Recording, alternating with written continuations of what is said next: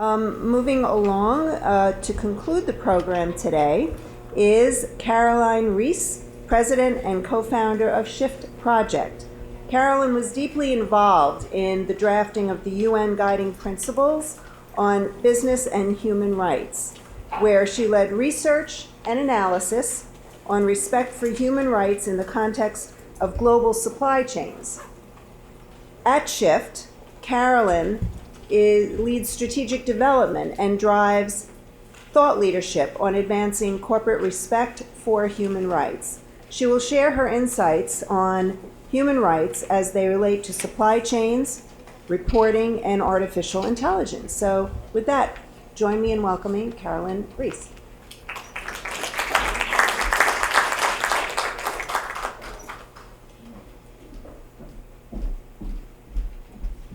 Thank you very much indeed. I'm going to see if I can take this off here so I'm not bobbing my head back and forward. Can everybody hear me?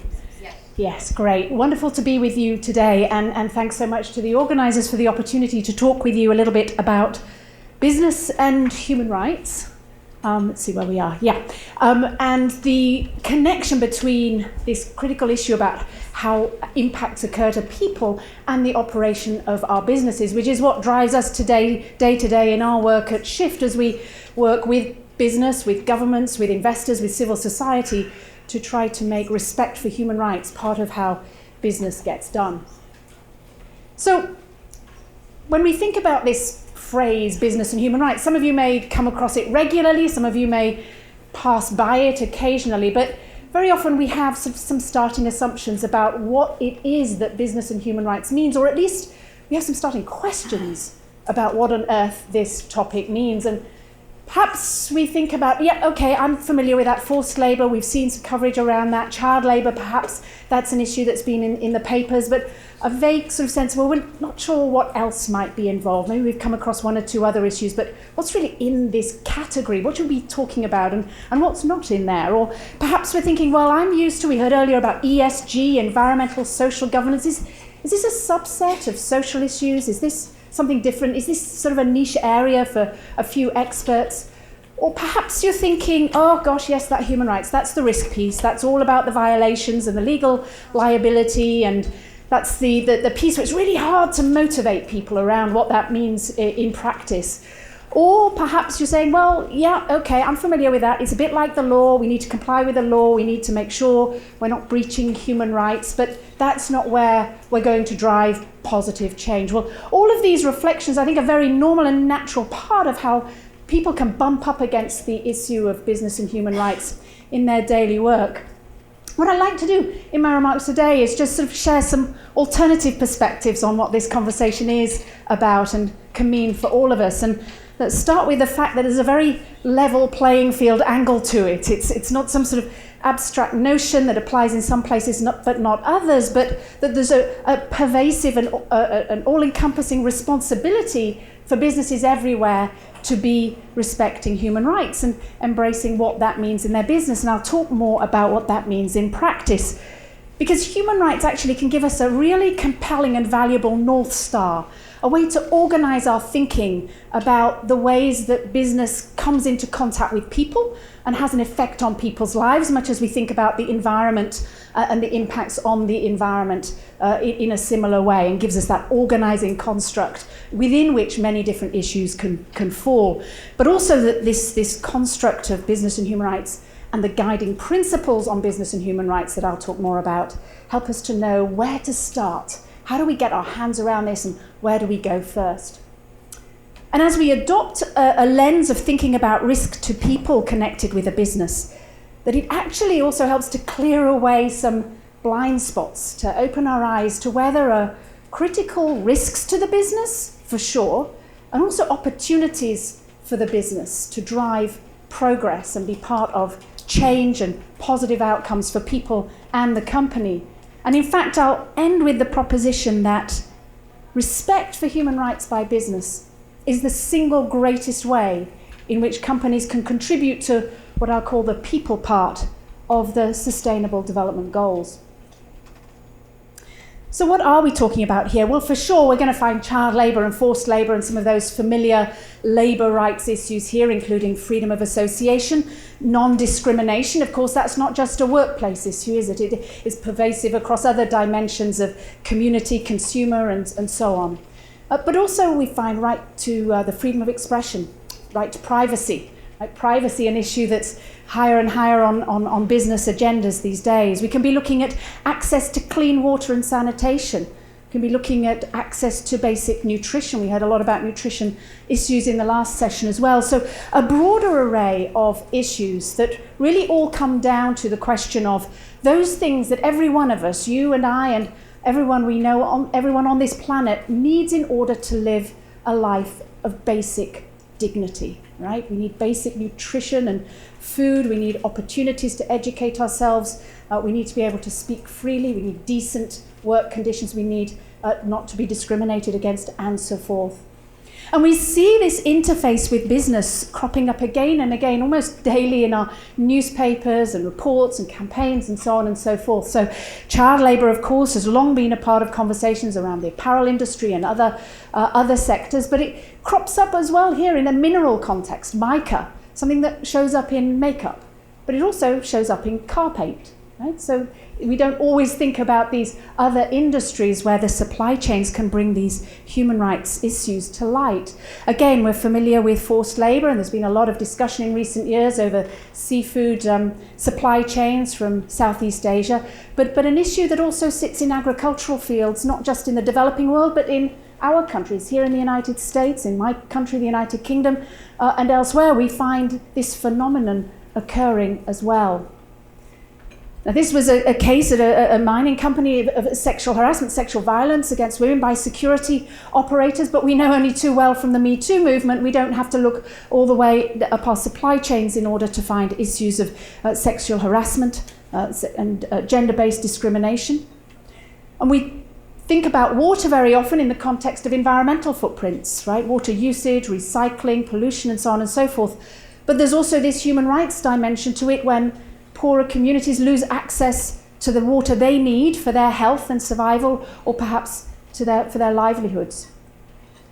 Again, bringing it closer to home, this issue around the Dakota Access Pipeline and Indigenous peoples' human rights that come into the frame through environmental issues in that context, and pulled the banking sector into a lot of conversations. And land we see more pervasively around a whole range of commodities as we look at how land concessions are granted and what that means for those who've traditionally lived on, used and relied upon that land. So we can see a whole array of situations in which business and human rights issues knock up against each other.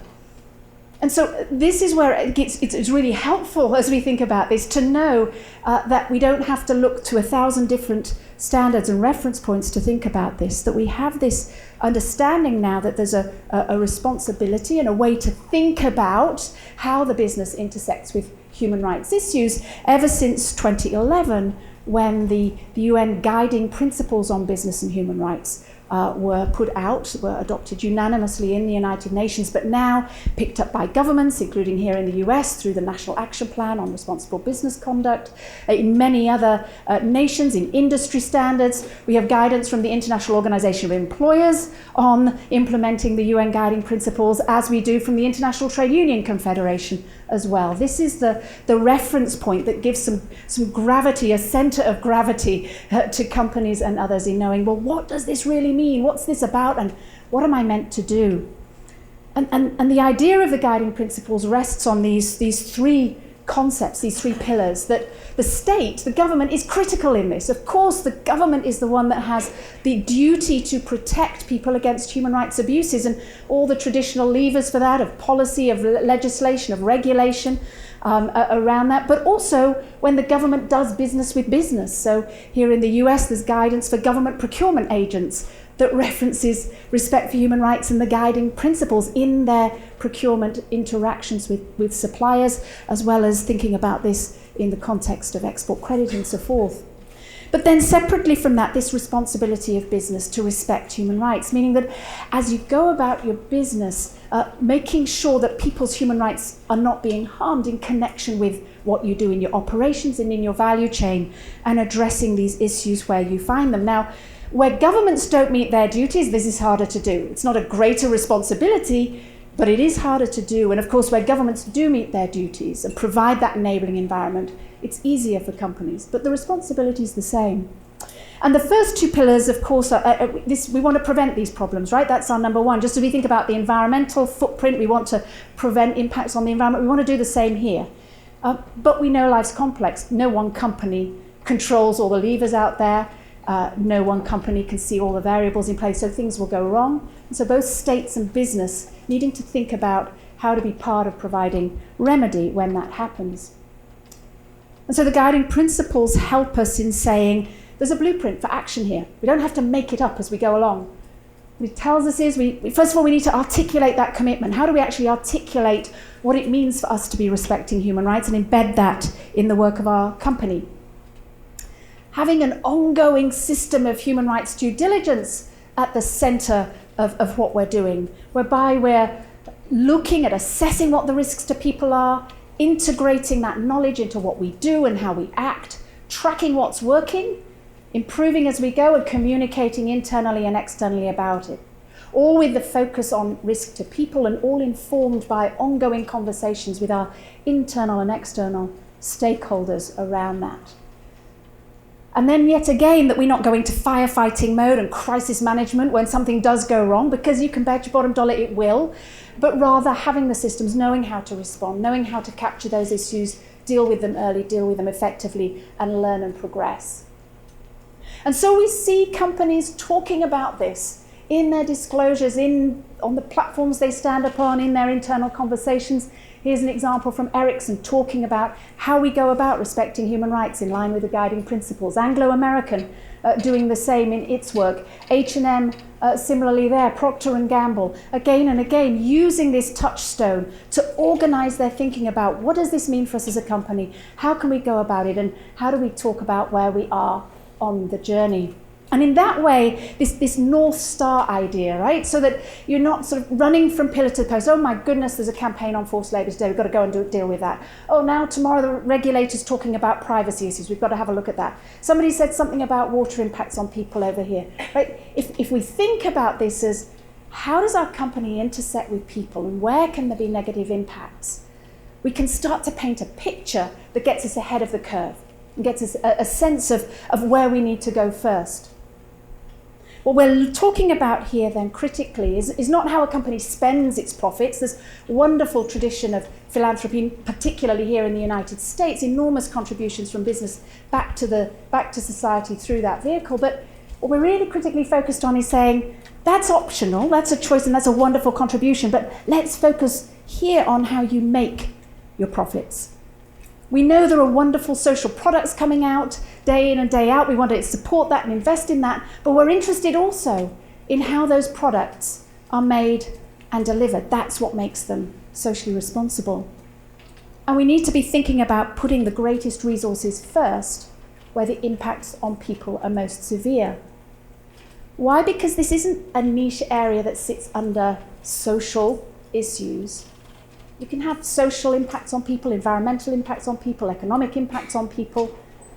So how do we organize our thinking around that? Well, first and foremost, we're going to say, where do those rise to the level where they might actually cross the line into affecting somebody's basic dignity, right? That's our human rights threshold. It helps us focus. Where do we need to go first? Let's look first where it gets to people's basic dignity. And if we get to that point and we find, we're quite a large company, we've got quite a big supply chain, we can't do all of this at once, well, within that, let's look at where the impacts on people would be greatest, what we often call salient human rights issues. And so we see companies in their public disclosure talking again and again about why we're focusing on these issues, how we found them. Unilever talking about its salient human rights issues when it did this work. Many of them would be obvious inside the company and out, but that land rights rose to the top. And they said, gosh, we've got to get a handle on land rights. So we'll just talk about how we're starting on that one. Coca-Cola talking about how it's looking at its salient human rights issues because we know where to focus first. Citibank looking across its upstream and downstream operations and services and saying, we also know where we're focusing and why. Total in the oil and gas industry doing the same thing. Why are we focusing on these issues? Because we've looked across how we impact people and we've worked out where we need to start based on risks to people. And as you start to exercise that muscle of using the lens of risk to people, as I said, it's extraordinary how it helps you find risks to the business. Because as we get towards the more severe impacts on people, we see it again and again and again, we find new impacts that the business wants to get ahead of risks to its own business, right? That are very often missed if you start from the lens of risk to the business itself. You'll often be saying, right, first tier supply chain, 80% of spend, that's where we're exposed, let's put our greatest effort there. But go back to the examples I was talking about, the child labour, the forced labour, the sexual harassment in fields and so forth. None of those are in a first tier supply chain. They're not likely to be in the first tier supply chain. When we think about risks to people, we find where the business is exposed, we find where the next campaign is going to come from, and we can get ahead of the issue. Because in that sits a whole array of risks to the business that we want to and we can get ahead of, whether it's things that come down to a financial bottom line or intangibles around reputation or things we know are important like recruitment and retention of millennials who are very discerning around the companies that they want to work for. But the flip side of all of this is the opportunity that sits in this for business. Again and again, we see the stories of a company saying, you know, I was able to engage this new buyer because I could explain that they could have a risk-free supply chain working with us because we're thinking about these issues and we're on top of these issues. I was able to sell my asset to this other company because they could see that we had our community-based risks under control. We were in the right dialogues with communities. We were ahead of the issues. We were ahead of this regulatory development. We were already doing it. We didn't need to rush and scramble as the new regulation came on board. We could show we were ahead of the curve. Now, I was asked to talk a bit about artificial intelligence. So I'll use it to illustrate this point because, goodness, we all know, don't we, the contributions that AI is making and is going to continue to make to finding solutions. As we are able to use big data to find out where air pollution is coming from, we heard about the health connections to that, whether inside or outside companies, we're going to be able to be more targeted in getting to where the solutions need to be introduced. TMP Systems, a wonderfully innovative group who have been producing a public resource, a land portal where you can go in and put coordinates on land and see the likelihood of there being conflict over that land and the human rights issues associated with that.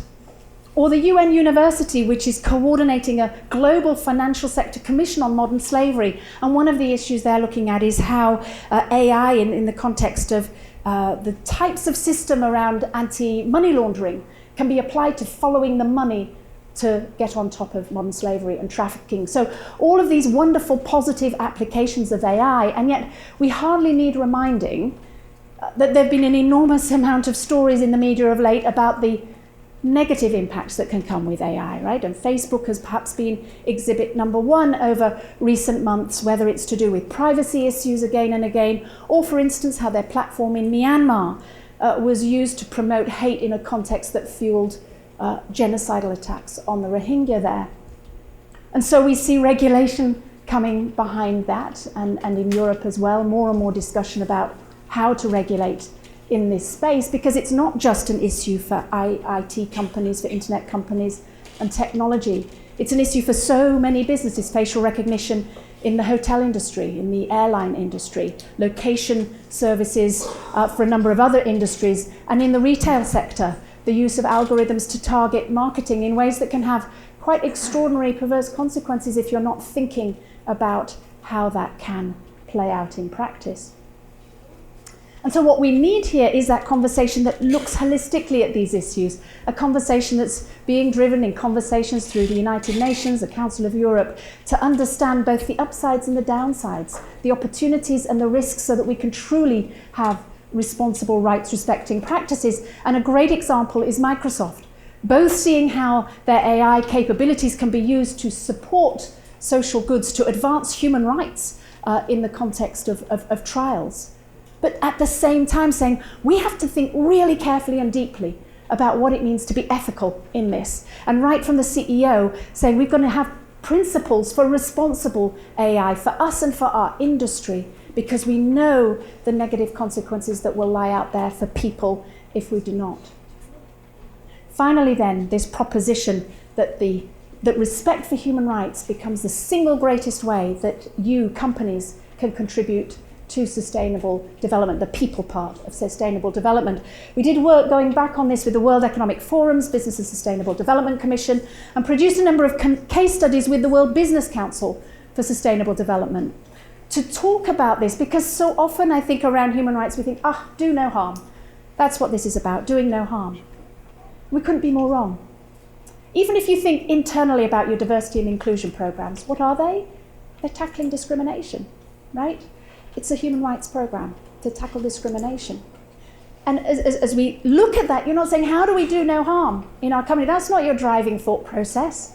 You're saying, how do we understand the implicit biases that creep into the decisions that we make? How do we look at that in terms of promotion and retention and pay gaps and so on and so forth? How do we change women's experience in this workplace? Because beyond that, we want to change women's experience in society.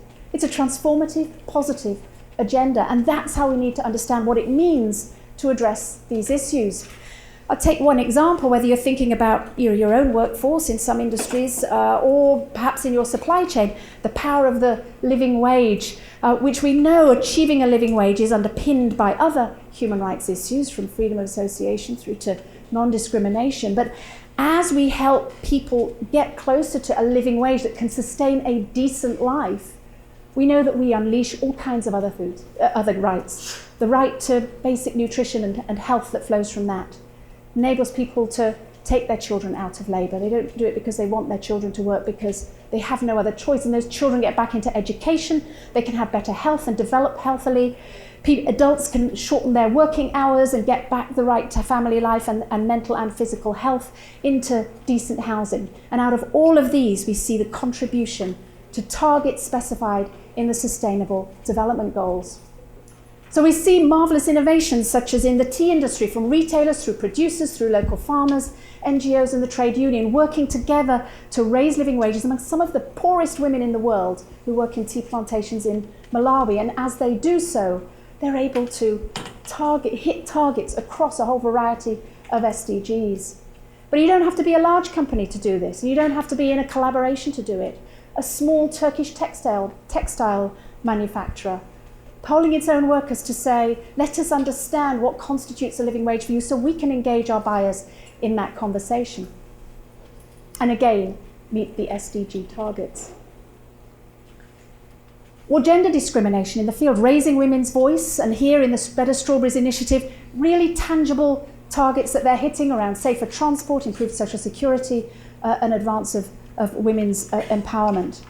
Or around land-based rights, in this case through an Oxfam programme PepsiCo is part of, in palm oil, land use and planning and communities, again, numerous human rights issues, and they're elevating people into better lives and livelihoods.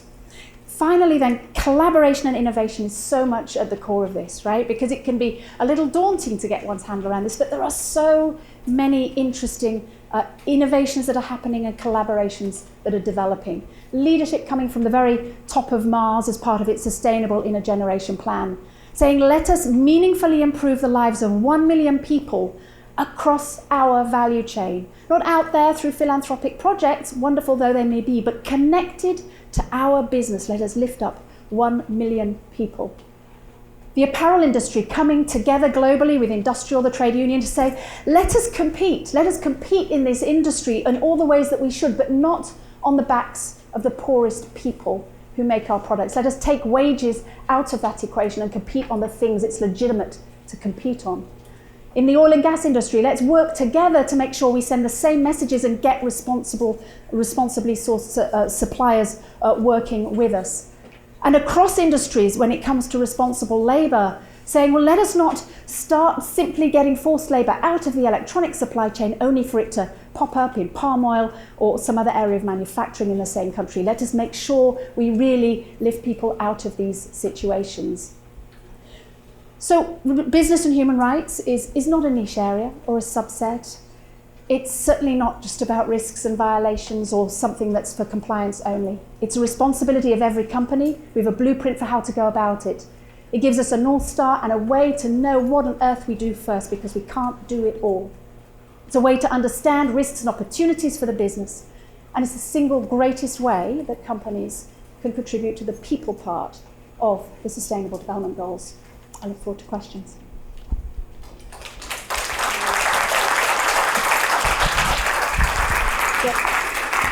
Okay, so I'm looking to see if there are any questions from the audience. I do have one for you. Supply chains, especially around human rights issues, seems to be quite difficult.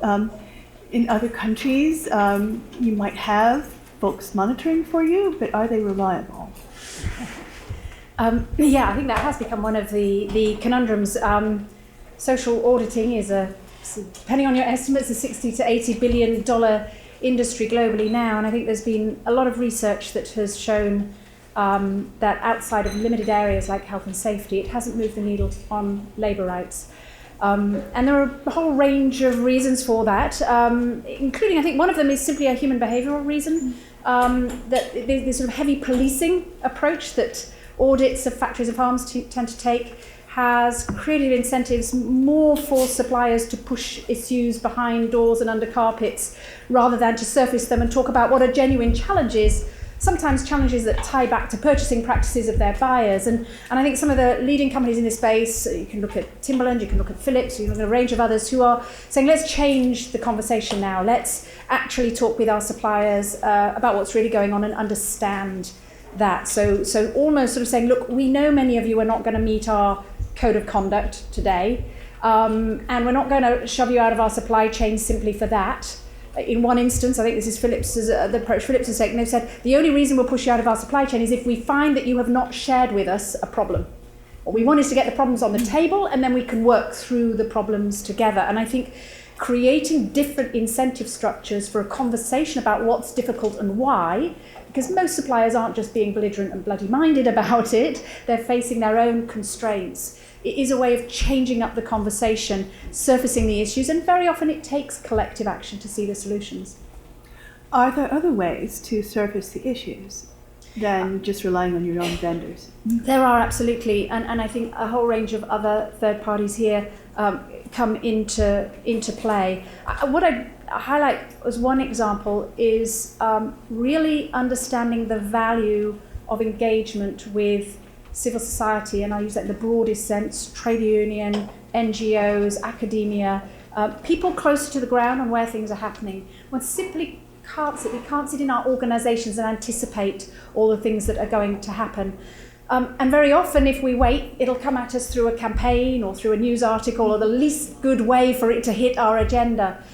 And yet so often these organisations are out there on the front line. They see what's happening. They could happily raise it at an early stage before it's a major issue, before frustrations have arisen, and be friends in that due diligence process. So the value of constructing relationships, feedback loops, engaging with people on the ground to say, help us understand what's going on here. Why is that happening? What are the other factors? Who would we need to start solving that issue? Is it local government? Is it peers? Is it something we're doing? Engaging those conversations becomes a critical way of getting ahead of issues and getting solution oriented. Where are the roadblocks in establishing these conversations, and how can we get rid of them? I think one of the top ones is fear, right? And I think very often sitting inside a company, I'll go back to one thing I said at the start of my presentation, we can think in terms of violation, legal liability. It's almost if you see it coming batten down the hatches, treat it as a legal problem or a PR communications problem. Just at the very moment you want to be opening up the doors and saying, let's have a conversation so we understand what's going on. And there's no doubt, I mean, people will often say here in the US, it's a more litigious society, we have to be more careful around lawsuits. And yet there's somewhere between very little and no evidence that talking about these issues engenders lawsuits. I would suggest that the evidence increasingly says that if you don't talk about the issues, you're more exposed, because very often your stakeholders in society will assume you don't know or you don't care. Right? So engaging the conversation says we want to know, we do know some of it, and we do care, let's have a conversation. And very often you're better supported and protected when you take that route than when you let fear be the response mechanism. Okay, just another question. So is there an initiative to reach out to general counsels of businesses and their PR advisors to help them understand what role they play in generating those conversations and to help reduce fear around? There are absolutely. I mean, the International Bar Association itself produced guidelines for the legal profession about 3 or 4 years ago now on the role of counsel, in-house and out of house, when it comes to respect for human rights. And one of the things that they were highlighting there is that this isn't just a technical legal thing, that this was about being a wise counsel. How do you help your organization get ahead of these issues? And there are more and more law firms engaging in these conversations as well. But also some very enlightened general counsels I see now saying, it's in our interest to be ahead of these issues. It's in our interest to be out there and part of the conversation. We know that is better risk management, better reputation protection and management for the company, let alone in terms of people. So more of that needs to happen for sure. But the conversations are there, they're fermenting, and I think the role that the legal profession can play in this space is powerful. Okay, one last question for you, and then we should probably conclude. So how is that percolating into the investor relations space? And are they engaged in working on risk management issues and getting ahead of the issues? Yeah, more and more. I mean, we did work about 5 years ago with a partner organisation, Mazar, around human rights disclosure and the UN Guiding Principles reporting framework, which many companies are using to support their human rights disclosure. And in the context of the consultations we held around that, it was actually some investors that came forward and said, we need to be backing this because this is the kind of information we want more of. And that coalition has now risen to 88 investors, 5.4 trillion assets under management, supporting that conversation.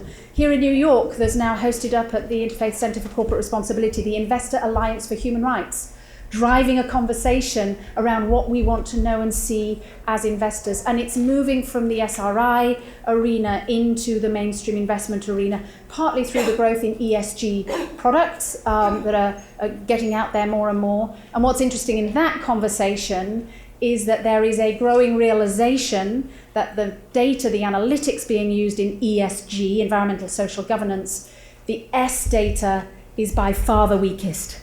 And so there is now more of a push, and we're doing some work in consultations globally. Go to valuingrespect.org, you'll find more about that, to say how do we better understand what makes for meaningful metrics, meaningful indicators and insights around this area of corporate performance, so that as this investor interest grows rapidly, we're not just resorting back to what's your audit data or how many hours of training have you done. And I'm sure there's lots of spade work to do there. So on that note, thank you very much, Caroline Rees.